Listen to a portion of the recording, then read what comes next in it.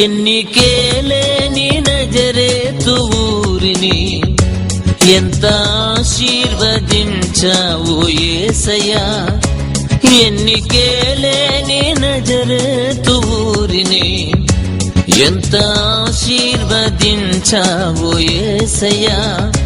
యోగ్యతే లేకున్నా పనికి రాకున్నా, యోగ్యతే లేకున్నా పనికి రాకున్నా ఎంతో ఘనమైన దానిగా మార్చావయ్యా. ఎన్నికేలేని నజరేతు ఊరిని ఎంత ఆశీర్వదించావు యేసయ్యా.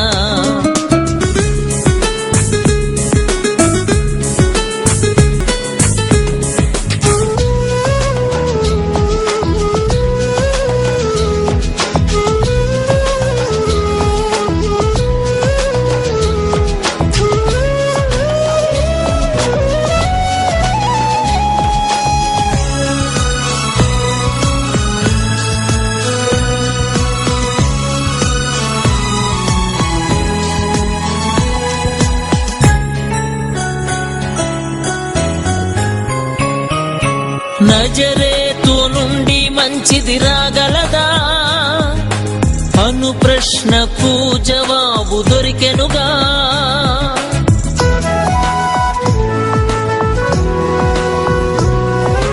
నజరేతు నుండి మంచిది రాగలదా అను ప్రశ్నకు జవాబు దొరికెనుగా. చిన్న గ్రామాన్ని ఎన్నుకున్నావు, నజరేతు వాడని అనిపించుకున్నావు.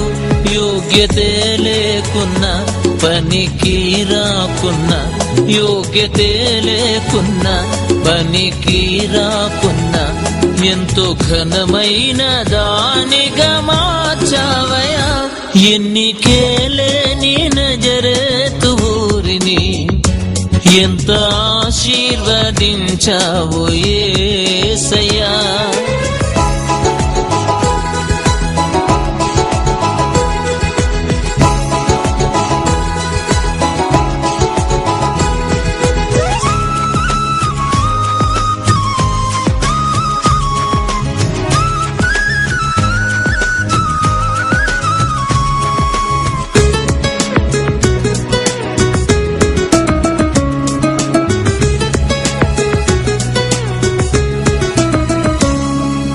ప్రజలందరి రక్షణా ఫలం రూపొందిన ధన్యస్థలం.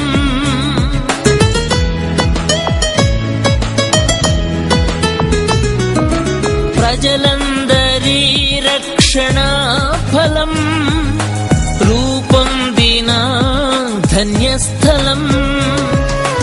మరియకు శుభవార్త అందింది చోట, తల్లిదండ్రులతో నీవు నివసించినది చట. యోగ్యతే లేకున్నా పనికి రాకున్నా, యోగ్యతే లేకున్నా పనికి రాకున్నా ఎంతో ఘనమైన దానిగా మార్చావయ్యా. ఎన్నికేలేని నజరేతు ఊరిని ఎంత ఆశీర్వదించావు యేసయ్యా.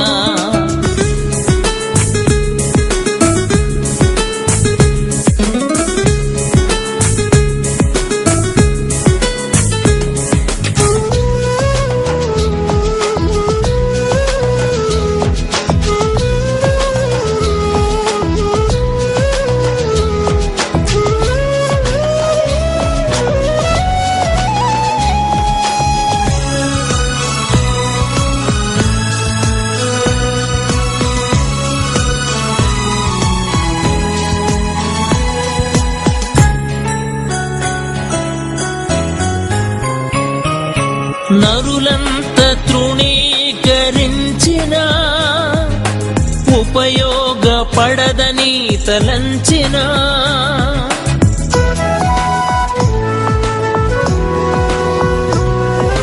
నరులంత తృణీకరించిన ఉపయోగపడదని తలంచిన నిన్ను కలిగుంటే గొప్పదవుతుంది.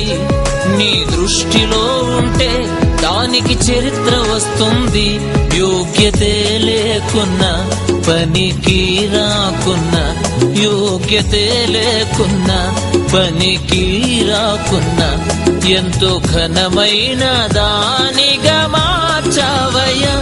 ఎన్నికేలేని నజరేతు ఊరిని ఎంత ఆశీర్వదించావు యేసయ్యా. ఎన్నికేలేని నజరేతు ఊరిని ఎంత ఆశీర్వదించావు యేసయ్యా. యోగ్యతే లేకున్నా పనికి రాకున్నా, యోగ్యతే లేకున్నా పనికి రాకున్నా ఎంతో ఘనమైన దానిగా మార్చావయ్యా. ఎన్నికేలేని నజరేతు ఊరిని ఎంత ఆశీర్వదించావు యేసయ్యా.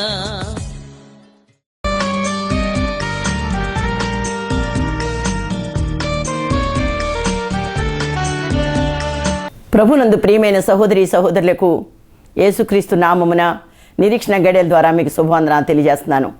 ఈ సమయంలో దేవుని పరిశుద్ధ లేఖన భాగం నుండి మనం ఒక మాట చూద్దాం. చూడండి, 1 తిమోతి పత్రిక 6వ అధ్యాయము 12వ వచనం ఈ విధంగా ఉంది. మంచి విశ్వాస సంబంధమైన మంచి పోరాడము, నిత్య జీవము చేపట్టము, దానిని పొందుటకు పిలువబడిన అనేక సాక్షుల ఎదుట మంచి ఒప్పుకొంటిని. ఇక్కడ పౌలు తిమోతికి రాస్తూ ఏమంటున్నాడంటే, విశ్వాస సంబంధమైన మంచి పోరాడాలి అంటున్నాడు. మంచి పోరాటం దేనికి పోరాడాలి? నిత్య జీవాన్ని చేపట్టాలంటే ఒక మంచి పోరాడాలి అని ఆయన చెప్తున్నాడు. అయితే ఇక్కడ ఒక మాట ఉంటుంది. 2వ తిమోతి పత్రిక 2వ అధ్యాయం 3వ వచనం అంటాడు, క్రీస్తు యేసు యొక్క మంచి సైనికుని వలె నాతో కూడా శ్రమను అనుభవించుము. సైనికుడు ఎవడనూ యుద్ధమునకు పోవునప్పుడు తన్ను దండులో చేర్చుకొని వానిని సంతోషపెట్టవలనని ఈ జీవన వ్యాపారములో చిక్కుకొనకుడి. ప్రియులారా, మనం గమనించాలి. పౌలు చెప్పేది ఏంటంటే, మంచి పోరాడే ఒక యుద్ధ సైన్యంలో మనం ఉన్నాం. అయితే ఆ యుద్ధ సైన్యంలో ఉన్నప్పుడు ఏమంటున్నాడో తెలుసా? దండుకలోనికి చేర్చుకున్న వారిని మనం సంతోషపెట్టాలి. దండులోనికి చేర్చుకున్న వారు ఎవరు? దేవుడు మనల్ని యుద్ధ పోరాడమని చెప్పాడు. దండులోని చేర్చుకున్నది ఆయన్నే సంతోషపెట్టాలి. ఆయన్ని కనుక మనం సంతోషపెట్టాలి అంటే ఇక్కడ జరగవలసిన పరిస్థితులు ఏంటో తెలుసా? జీవన వ్యాపారములలో చిక్కుకొనకుడి. జీవన వ్యాపారాల్లో మనం చిక్కుకోకూడదట. కనుక దేవుని సన్నిధిలో క్రైస్తవ లోకానికి ఉన్నటువంటి పరిస్థితులు ఏంటో తెలుసా? మన పోరాటము లోక సంబంధమైనది కాదు, కానీ మన పోరాటము మంచి పోరాటము. ఎందుకు మన పోరాటం అంటే, మనము నిత్య జీవాన్ని చేపట్టడానికి. ప్రియులారా, మనం గమనించాలి, లోకంలో ఎన్నో పోరాటాలు ఉన్నాయి. కొంతమంది ఆస్తి కొరకు పోరాడతారు, కొంతమంది న్యాయం కొరకు పోరాడతారు, కొంతమంది ఏదేదో కావాలని పోరాడతారు, కొంతమంది నాయకత్వం కోసం పోరాడతారు, కొంతమంది ఎన్నో విషయాల్లో మానవుడు ఎప్పుడూ కూడా పోరాడుతూనే ఉంటాడు. కానీ క్రైస్తవ లోకానికి వచ్చినప్పటికీ ఏకైక దృక్పథం ఏంటో తెలుసా? మనము మంచి పోరాడాలట. ప్రియులారా, మనం గమనించాలి, మన క్రైస్తవ జీవితం ఎప్పుడు కొనండి యుద్ధ భూమి లాంటిది. ఎందుచేత తెలుసా? లోకమునకు మనకి ఎప్పుడు కూడా వైరమే. అంటే దీని అర్థం ఏంటి? శరీరానికి ఆత్మకి కూడా ఎప్పుడు పోరాటమే. మనం మంచి పోరాడాలి, నిత్య జీవాన్ని చేపట్టాలి. క్రైస్తవులకు ఉన్నటువంటి ఏక నిరీక్షణ ఏంటో తెలుసా? మనము చనిపోయిన తర్వాత మనము నిత్య జీవంలోకి ప్రవేశించాలన్నదే క్రైస్తవుని యొక్క ఏకైక తాత్పర్యం. కనుక నిత్య జీవం లేకుండా ఉంటే మన క్రైస్తవ జీవితానికి అర్థం లేదు. కనుక మనం మంచి పోరాడితేనే ఆ యొక్క నిత్య జీవం అనేది మనం పొందుకోగలుగుతాం. అయితే క్రైస్తవ జీవితంలో మంచి పోరాడాలి అంటే మనకి ఒక ప్రత్యేకమైన ఆయుధాలు ఉన్నాయి. అవి శరీర సంబంధమైనవి కాదు, ఆత్మ సంబంధమైనటువంటి ఆయుధాలు. అయితే ఒక మాట నేను చదవాలని ఆశపడుతున్నాను. హెబ్రీ పత్రిక 10వ అధ్యాయం 4వ వచనం అంటాడు, యుద్ధోపకరణాలు శరీర సంబంధమైనవి కావు, దేవుని ఎదుట దుర్గమ్మలను పడదోయ జాలినంత బలము కలవై ఉన్నవి. మన యుద్ధోపకరణాలండి శరీర సంబంధమైనవి కాదు, కానీ అవి ఎలాంటివయ్యా అంటే పెద్ద పెద్ద దుర్గాల్ని, పెద్ద పెద్ద ప్రాకారాల్ని పడద్రోయగలిగినటువంటి బలము కలిగినటువంటి యుద్ధోపకరణాలు. అయితే ఈ యుద్ధోపకరణాలు వచ్చి ఇంకొక మాట కూడా అంటాడు. రోమాపత్రిక 13వ అధ్యాయం 12వ వచనం అంటాడు, తేజస్ సంబంధమైన యుద్ధోపకరణాలు అవి. గమనించండి, మన యుద్ధోపకరణాలు ఎలాంటివో తెలుసా? తేజస్ సంబంధమైనవి. అంతేకాదు అవి శరీర సంబంధమైనవి కాదు, కానీ అవి పరసంబంధమైనవి. గమనించాలి, ఈ లోకంలో ఆయుధాలు ఏం చేస్తాయో తెలుసా? మానవుణ్ణి కోసేస్తాయి, రక్తం చిందిస్తాయి. ఈ లోక సంబంధమైన ఆయుధాలు మనిషిని కాల్చేస్తాయి. ఈ లోక సంబంధమైన ఆయుధాలు మనిషి కనపడకుండా చేసేస్తాయి. కానీ మన యుద్ధోపకరణాలు మాత్రం గమనించాలి, అవి శరీర సంబంధమైనవి కాదు, కానీ వాటి బలం ఎంత గొప్పదంటే దుర్గాల్ని పడగోయగలదు. ఇంకొక మాట కూడా అంటాడు, మన యుద్ధోపకరణాలన్నీనండి తేజస్ సంబంధమైనవి కానీ చీకటి సంబంధమైనవి కాదు. అవి ఏంటి అన్న విషయాలు మీకు ముందుంచాలని నేను ఆశపడుతున్నాను. ఎఫెసీ పత్రిక 6వ అధ్యాయం 14వ వచనం అంటాడు, సర్వాంగ కవచమును ధరించుకొనిడి, ఎలాగనగా దేవుడిచ్చు సర్వాంగ కవచమును ధరించుకొనిడి, ఎలాగనగా మీ నడుమునకు సత్యమును దట్టి కట్టుకొని నీతి అని మైమరువు తొడుక్కొని పాదములకు సమాధాన సువార్త వలనైన సిద్ధ మనసును జోడును తొడుక్కొని నిలువబడుడి. ఇవన్నీ కాక విశ్వాసమును డాలు పట్టుకొనుడి, దానితో మీరు దుష్టిని అగ్నిబాణములు జయించుటకు ఆర్పుటకు శక్తివంతులగుదురు. మరియు రక్షణయను శిరస్త్రాణమును దేవుని వాక్యమును ఆత్మ ఖడ్గమును ధరించుకొనిడి. ప్రియులారా, ఈ తేజస్ సంబంధమైనటువంటి యుద్ధోపకరణాలు ఏంటో తెలుసా? ఇవి శరీర సంబంధమైన కాని యుద్ధోపకరణాలు ఏంటో తెలుసా? నీతి అనే మైమరువు, సత్యం అనే దట్టి, వాక్యం అనే ఖడ్గము, విశ్వాసం అనే డాలు, రక్షణ అనేటటువంటి శిరస్త్రాణము. ప్రియులారా, మన యుద్ధోపకరణాలు అయ్యండి. అంతేగాని ఒక మానవుని హతమార్చేవి కాదు, ఒక మానవుడి యొక్క దుస్థితిని కోరుకునేవి మాత్రం కాదు, ఒక మానవుని నాశనం చేసేవి మాత్రం కాదు మన యుద్ధోపకరణాలు. అయితే యుద్ధోపకరణాలను గూర్చి మొదటగా కొన్ని విషయాలు మీ ముందు ఉంచాలని ఆశపడుతున్నాను. ఈ యొక్క 5 సందర్భాలను పురస్కరించుకుని ఈ 5 సందర్భాల్లో ఉన్నటువంటి యుద్ధోపకరణాల విశిష్టతను గూర్చి మీకు వివరించాలని నేను ఆశపడుతున్నాను. మొదటిగా చూసినట్లయితే నీతి అను మైమరువు. రోమాపత్రిక 4వ అధ్యాయం 25వ వచనం అంటాడు, ఆయన మన అపరాధముల నిమిత్తమై అప్పగింపబడి నీతిమంతులుగా తీర్చబట్టుకై లేపబడెను. ప్రియులారా, నీతి అనేటటువంటి మైమరువు అంటే అర్థం ఏంటో తెలుసా? మనము నీతిమంతులుగా తీర్చబడిన తర్వాతే ఆ నీతిని ధరించుకునే హక్కు అర్హత మనం పొందుకుంటాం. నీతి అనే మైమరువు అంటే తెలుసా? నీతి చేత కప్పబడతాం. గమనించాలి, ఈ లోక సంబంధమైన నాయకులైతే ఏం చేస్తారో తెలుసా? బుల్లెట్ ప్రూఫ్లు ఇవన్నీ కూడా ధరించుకుంటారు. కానీ మనం ధరించుకునేది, మన చుట్టూ మనం ఆవరింప చేసుకునేది ఏంటో తెలుసా? నీతి అనే మైమరువు. నీతి అనే మైమరువు మనకు కావాలంటే నీతిమంతులుగా తీర్చబడాలి. దేనివల్ల మనం మంతులుగా తీర్చబడతామంటే లోక సంబంధంలో ఉంటుంది, పుణ్యకార్యాల వల్ల కానీ మనము చేసే దాన ధర్మాల వల్ల మాత్రం కాదు. కానీ ఏసైతే ఈ లోకానికి వచ్చి మన నీతిమంతులుగా తీర్చడానికి ఆయన ప్రాణాన్ని క్రయధనంగా పెట్టి చనిపోయి 3వ దినాన లేపబడ్డాడో ఆయన ద్వారా మనము నీతిమంతులుగా తీర్చబడ్డాం. నీతిమంతులుగా తీర్చబడిన తర్వాతే మనము నీతి అనే మైమరువును ధరించుకోవడానికి హక్కు పొందుకుంటాం. 2వ కొరింథీ పత్రిక 6వ అధ్యాయం 7వ వచనం అంటాడు, నీతి అనే ఆయుధమును కలిగి ఉండుడి. నీతినే మనం ఆయుధంగా కలిగి ఉండాలట. గమనించారా? మన జీవితంలో మనం ఎంత మాత్రం కూడా లోక సంబంధమైన ఆయుధాలు ధరించి మనము లోకంతో పోరాడడం వీలు లేదనే క్రైస్తవ లోకం చెప్తోంది. యేసు కొట్టిన వారిని కొట్టలేదండి. ఒక చెంప కొడితే 2వ చెంప ఇమ్మన్నాడు ఆయన. పేతురు దుడుకు పేతురు ఏం చేశాడో తెలుసా? యేసును పట్టుకోవడానికి వచ్చినప్పుడు ఆ సైనికుడిని కత్తితో చెవి నరికినప్పుడు ఏమన్నాడో తెలుసా? నీ కత్తి నీ వరలో పెట్టు. అంటే మన యొక్క ఆయుధం కత్తి కాదు, నీతి అనేటటువంటి ఆయుధం. అంతేకాదు ఇంకో మాట అంటాడు, కీర్తనలు 85:13 అంటాడు, నీతి ఆయన ముందర నడుచును, ఆయన అడుగు జాడల్లో అది నడుచును. గమనించాలి, నీతి ఎవరి ముందు నడుస్తుందండి? ఏ దేవుని చేత మనం నీతిమంతులుగా తీర్చబడ్డామో ఆ యొక్క దేవుని ముందుగా నీతి నడుస్తుందట. నీతి అడుగు జాడలో ఆయన నడుస్తారట. అంతేకాదు మనం ఎలా నడవాలి అయ్యా అంటే, ఒక మాట యోహాను సువార్త 12:26 అంటాడు, ఒకడు నన్ను సేవించిన ఎడల నన్ను వెంబడించును. గమనించాలి, మనము దేవుని సేవించిన వారమైతే, నిత్యజీవం కొరకు పోరాటంలో ఉన్నవారమైతే మనం ఎవరిని వెంబడించాలో తెలుసా? నీతిమంతుడైన దేవుని వెంబడించాలి. ఆయన ముందు నీతి నడుస్తుంది, ఆయన వెనక నీతి నడుస్తుంది, ఆయన వెంబడి మనం నడుస్తాం. అంటే మన అడుగులు కూడా నీతిలోనే పడతా ఉంటాయి. నీతిని మనం ఆయుధంగా ధరించుకుంటాం. అది తేజ సంబంధమైనటువంటి ఆయుధం. ఇంకొక మాట అంటాడు చూడండి, యెషయా గ్రంథము 28వ అధ్యాయం 17వ వచనం అంటాడు, నీతి అను మట్టపు గుండుగా మనల్ని చేర్చున్నాడంట. ఏమండి మట్టపు గుండు అంటే తెలుసా? సాధారణంగా తాపీ మేస్తులు వాడతారు మట్టపు గుండు. అదేంటో తెలుసా? అది లెవెల్ని పరిశీలిస్తూ ఉంటుంది.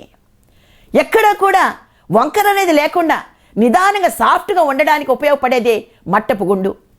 క్షణము కూడా అతను ఫినిషింగ్ వర్క్ చేసేటప్పుడు ఆ మట్టపు గుండు పెట్టుకుని చూస్తూ ఉంటాడు. ఎందుకో తెలుసా?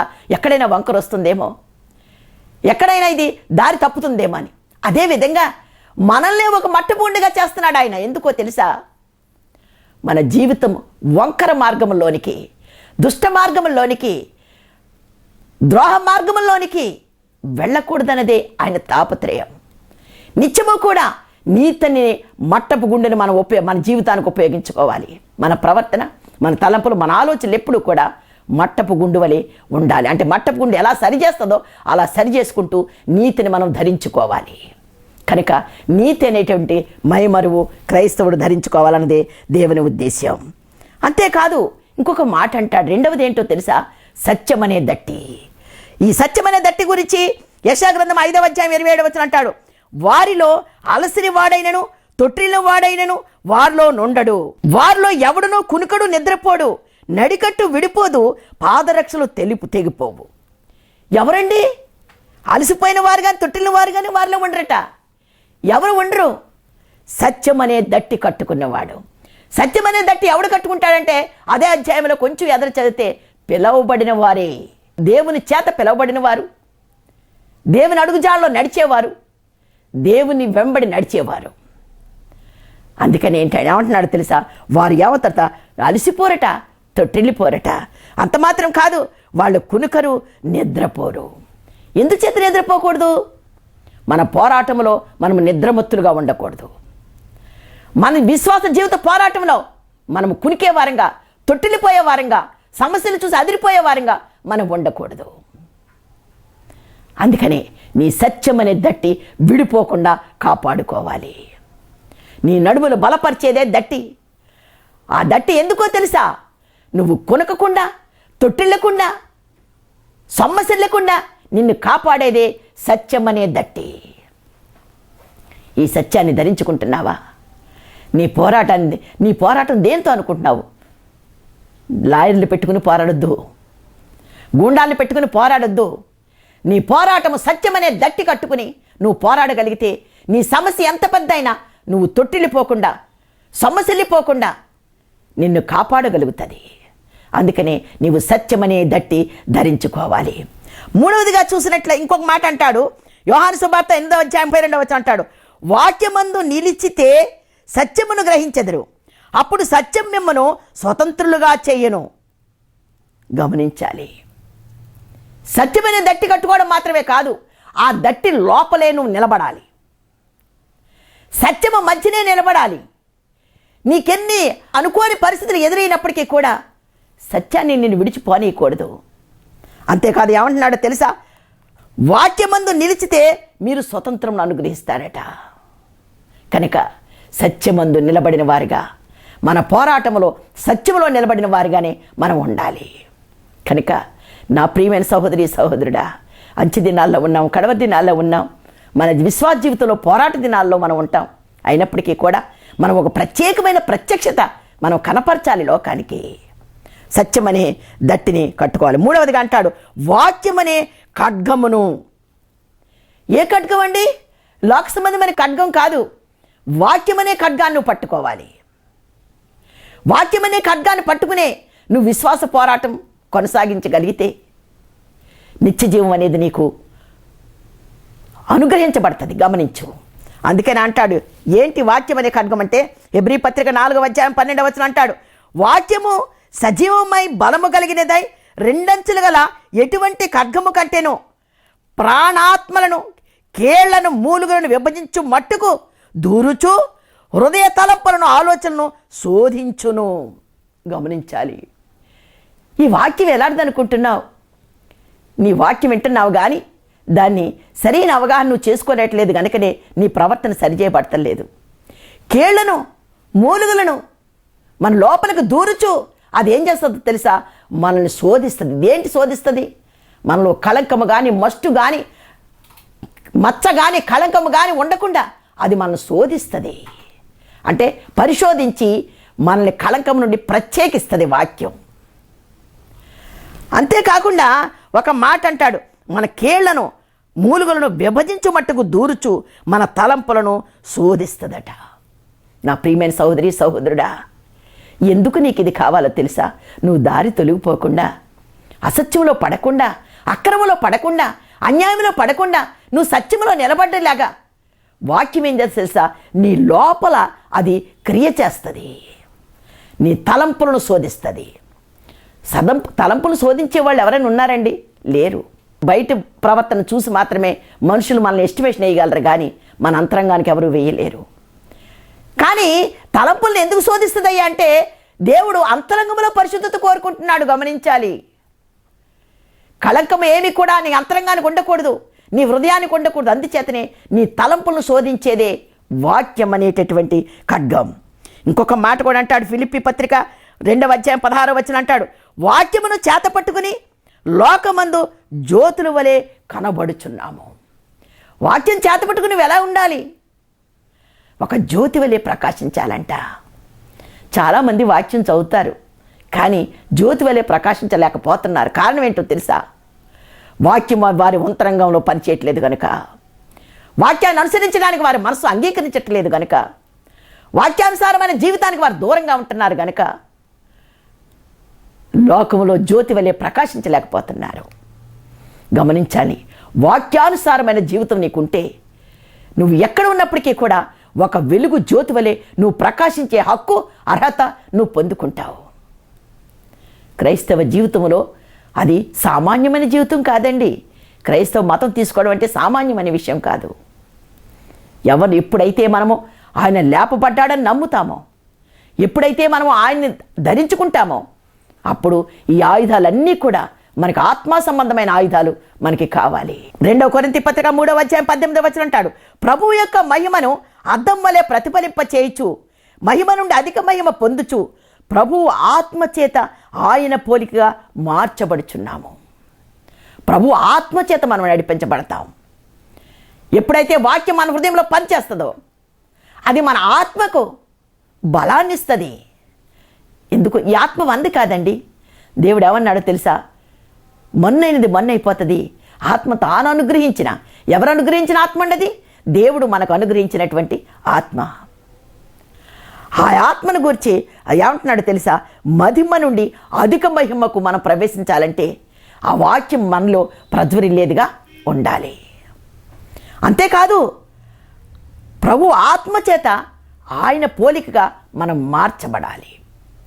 మాటలోనూ, క్రియలోనూ, తలంపుల్లోనూ, ఆలోచనలోనూ నీవు దేవుని పోలికగా నడుచుకోవాలంటే, దేవుని ఆత్మ నీలో పనిచేయాలంటే వాక్యము నీ హృదయంలో ఉండాలి.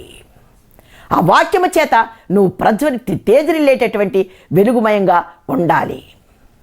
అందుకనే తేజస్ సంబంధమైనటువంటి యుద్ధోపకరణాలు మనవి. లోక సంబంధమైన యుద్ధోపకరణాలు ఉపయోగించకండి. క్రైస్తవులు ఎవరు కూడా లోక సంబంధమైన ఆయుధాలు ఉపయోగించడానికి అనుమతి లేదు అనే విషయం గమనించాలి. దేవుడు అన్నాడు, ఒక వరలో 2 కత్తులు ఇమ్మడ నేరవు. కనుక నీ జీవితంలో దేవుడు అనుగ్రహించేటటువంటి నిత్యజీవం పొందుకోవాలంటే నీ ఆయుధాలు నువ్వు గమనించాలి. నీ ఆయుధాలు ఉన్నాయా లేదా నువ్వు పరిశీలించుకోవాలి. 4వదిగా అంటాడు, విశ్వాసం అను డాలు. ఈ డాల్ అండి, ఏమండి? అంతేకాదు, వాక్యాన్ని గురించి ఇంకొక మాట కూడా, సుత్తి వంటిది, అగ్ని వంటిది, ఇవన్నీ ఉన్నాయి. ఇవన్నీ కూడా వివరించే సమయం లేదు. కానీ ఇక్కడ ఏమంటున్నాడో తెలుసా? విశ్వాసం అనేటటువంటి డాలు పట్టుకోవాలి. డాల్ అంటే ఏంటండి? యుద్ధం చేస్తూ ఉంటాడు, డాలు సపోర్ట్గా అడ్డం పెట్టుకుంటూ ఉంటాడు. మన విశ్వాసం అనే డాలు మన చేతిలో ఉండాలి. అందుకని అంటాడు, అపోస్తల కార్యాలు 16:31 అంటాడు, ప్రభువైన యేసునందు విశ్వాసం ఉంచుము, అప్పుడు నీవును నీ ఇంటి వారును రక్షింపబడుదురు. విశ్వాసం ఉంచు, అప్పుడు నీవు నీ ఇంటి వారు రక్షింపబడతారు. దేవుని సన్నిధిలో మనము దేవుని యందు విశ్వాసం అనే డాలు చేత పట్టుకుంటే మనకు మాత్రమే కాదు రక్షణ, మన ఇంటి వారికి, మన రక్త సంబంధికి అందరికీ కూడా రక్షణ భాగ్యం కలుగుతుంది. గమనించండి, విశ్వాసమైన డాలు పట్టుకున్నాడు కనుకనే దావీదు ఏమన్నాడు తెలుసా? ఈ గొల్యాతుతో యుద్ధం నా దేవుడు చేస్తాడు. దావీదు విశ్వాసంతో గొల్యాతుని జయించాడు. అంతేకాదు శతాధిపతి విశ్వాసంతో తన సేవకుడిని వ్యాధి నుండి విడుదల పొందగలిగాడు. ఎస్తేరు విశ్వాసంతో ఉన్నది కనుకనే ఆ జనాంగం అంతా కూడా మరణము నుండి విడుదల పొందగలిగారు. నీనివే పట్టణస్థులు వారు నాశనం వస్తుందని ఎరిగి విశ్వాసం అనే డాలు పట్టుకుని దేవుని సన్నిధిలో కన్నీరు మున్నీరుగా వాళ్ళు ఏడ్చారు గనుక వాళ్ళు నాశనము నుంచి విడుదల పొందారు. నా ప్రియమైన సహోదరి సహోదరుడా, లోకంలో ఎన్నో విపత్కరమైన పరిస్థితులు వస్తున్నాయి. ఆ విపత్కరమైన పరిస్థితులన్నీ కూడా నువ్వు జయించాలంటే నీ జీవితంలో ఉండాల్సింది ఏంటో తెలుసా? విశ్వాసం అనే డాలు నీ చేతిలో ఉండాలి. ఎప్పుడైనా ఆలోచించావా? సమస్యలు వచ్చినప్పుడు నువ్వు తూలిపోతున్నావంటే, సమస్యలు వచ్చినప్పుడు నువ్వు తొట్టిల్లిపోతున్నావంటే కారణం ఏంటో తెలుసా? నీ డాలు నువ్వు సరిగా చూసుకోవట్లేదు కనుక. గొల్యాతుని జయించాడు, శత్రువుని జయించాడు దావీదు విశ్వాసం అనే డాలుతో. వ్యాధిని జయించాడు శతాధిపతి విశ్వాసం అనే డాలుతో. ఎస్తేరు జనాంగం జయించింది డాలు పట్టుకుని మరణం నుండి. అంతేకాదు నాశనాన్ని జయించారు నీనేవే పట్టణస్థులు. కనుక ఈ యొక్క విశ్వాసం అనే డాలుని నువ్వు చేత పట్టుకుని దేవుని సన్నిధిలో, ప్రభువా నేను యుద్ధోపకరణాలు ధరించుకుంటున్నాను నాయన అని దేవుని సన్నిధిలో నువ్వు మొరపెట్టాలి. ఆఖరిగా చూస్తే రక్షణ అనే శిరస్త్రాణం మనకు కావాలి. శిరస్సుకు ధరించేదే శిరస్త్రాణం. శిరస్త్రాణం గురించి ఎందుకంటే సాధారణ హెల్మెట్ అనేది పెట్టుకుంటారు. ఎందుచేతంటే గాయం తగిలినా శిరస్సు అనేది క్షేమంగా ఉంటే మనిషి ప్రాణానికి నష్టం ఉండదు అని. అదేవిధంగా మనం కూడా రక్షణ అనే శిరస్త్రాణాన్ని ధరించుకోవాలి. యెషయా గ్రంథం 59:17 అంటాడు, రక్షణను శిరస్త్రాణమును ధరించుకోవాలి. మొదటి దశలోని పత్రిక 5వ అధ్యాయం 8వ వచనం అంటాడు, రక్షణ నిరీక్షణను శిరస్త్రాణాన్ని మనం ధరించుకోవాలి. మన యుద్ధ భూమిలో ఈ శిరస్త్రాణం అనేది ఉంటే మనకి ప్రాణహాని అనేది తగ్గుతుందని దేవుని ఉద్దేశ్యం. అంతేకాదు సిద్ధ మనస్సు అనే జోడు. గమనించాలి, ఈ యొక్క సైనికుడు తన సామాగ్రిని అంతా సిద్ధపరచుకున్న తర్వాత వాడు ఆఖరికి ఏం వేసుకుంటాడంటే జోడు వేసుకుంటాడు. సిద్ధపరచబడినటువంటి పరిస్థితి అంటే సిద్ధపాటు అనేది పరిపూర్ణమైందని అర్థం అక్కడ. కనుక ఏంటంటే సిద్ధ మనసు అనేటువంటి జోడుని మనం ధరించుకోవాలంటే మనం అంతా సిద్ధపడి తర్వాత మనం నిలబడగలుగుతున్నామంటే సిద్ధ మనసు అనే జోడు మీద మనం నిలబడతాం. అప్పుడు యుద్ధం చేయడానికి మనం ఉంటుంది. అందుచేత మనము దేవుని సన్నిధిలో క్రైస్తవులకు ఉన్నటువంటి నిరీక్షణ ఏంటో తెలుసా? మనకు ఒక నిత్యజీవం ఉందని. ఆ నిత్యజీవాన్ని పొందుకోవాలి అంటే మనము ఒక పోరాటం అనేది చేయక తప్పదు. కనుక నీతి అనే మైమరువు, సత్యం అనే దట్టి, వాక్యం అనేటటువంటి ఖడ్గం, విశ్వాసం అనేటటువంటి డాలు, శిరస్త్రాణము, సిద్ధ మనసు అనేటువంటి జోడు మనము ధరించుకున్న నాడు మనం మంచి పోరాటం పోరాడి మనం ఏం చేస్తామో తెలుసా? నిత్య జీవాన్ని పొందుకుంటాం. కనుక దేవుని సన్నిధిలో మనం పోరాడేది శరీర సంబంధాలతో కాదు కానీ ఆత్మ సంబంధులతో. కనుక మన జీవితాన్ని కాపాడుకోవాలంటే, క్రైస్తవులుగా ఉండాలంటే, నిజమైన క్రైస్తవులు మనం జీవించాలంటే మంచి పోరాటం పోరాడి నిత్య జీవం పొందుకోవాలి. కనుక క్రైస్తవ లోకానికి ఉన్నటువంటి ఏకైక నిరీక్షణ ఏంటో తెలుసా? మనము నిత్య జీవం పొందుకోవాలన్నదే ముఖ్య ఉద్దేశం. కనుక నిత్య జీవం మనం పొందుకుని దేవుని సన్నిధిలో ఆనందిద్దాం. ఈ కొద్ది మాటలు దేవుడు మీ వెనుకడిలో ఆశీర్వదించి దీవించునుగాక. ఆమేన్. జీవం గల మా దేవా, ప్రేమ కలిగిన మా యేసయ్యా నీకు వందనాలు. విత్తబండి వాక్యాన్ని ఆశీర్వదించి దీవించండి. దీని ముందున్న బిడ్డలను ఆశీర్వదించండి ప్రభువా. వారికి అనారోగ్యవంతులు ఉంటే ముట్టి స్వస్థపరచండి. రక్షణ లేని వారికి రక్షణ దయచేయండి. క్రైస్తవ జీవితంలో ఎవరైనా నా ప్రభువా దేవా నైనా సత్యములో కానీ వాక్యములో కానీ నాతో నీతిలో కానీ నా ప్రభువా నైనా శిరస్త్రాణంలో కానీ తప్పిపోయి ఉంటే ఈ సంవత్సరాంతంలో వారికి వారు పరిశీలన చేసుకొని వారు కూడా మంచి యోధులుగా ఈ యొక్క నా ప్రభువా నాయన ఆత్మ సంబంధమైన ఆయుధాలు ధరించుకొని పోరాడేవారిగా ఉంచండి. దేవా నీకు వందనాలు. బిడ్డలందరిని ఆశీర్వదించి దీవించండి. నీ కృపలో భద్రపరచండి. ఈ వాక్యమును ఆశీర్వదించి దీవించమని యేసు నామమున అడుగుచున్నాను తండ్రి. ఆమేన్. ఆమేన్.